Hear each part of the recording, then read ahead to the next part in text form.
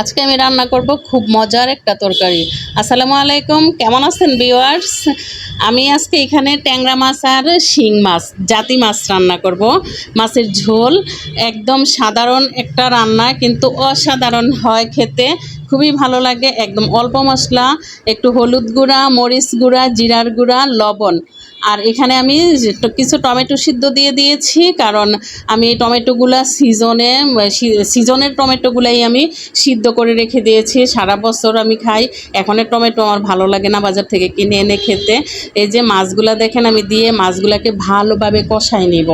ভালো করে কষানোর পরে তারপরে একটু ঝোল দিয়ে দিব। সিদ্ধ হয়ে গেলে ধনিয়া পাতা ছিটিয়ে দিয়ে নামিয়ে ফেলবো। একদম সহজ একটা রান্না, কিন্তু খুবই অসাধারণ হয় খেতে, কারণ মাছগুলা কিন্তু জাতি মাছ। এটা হয়েছে জাতি মাছের ঝোল, ট্যাংরা মাছ আর শিং মাছ।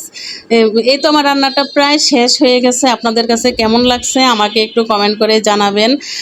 আর যারা আমার ইউটিউব চ্যানেল থেকে এই রান্নাটা দেখতেছেন, অবশ্যই আমার চ্যানেলটাকে একটু সাবস্ক্রাইব করে দিবেন। আল্লাহ হাফেজ।